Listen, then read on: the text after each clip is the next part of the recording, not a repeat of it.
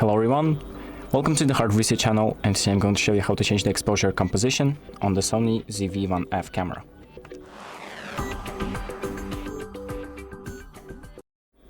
So the first thing that we're going to do is open up the settings by pressing the menu button, and then we're gonna go to the exposure/color section, so this pink section right here.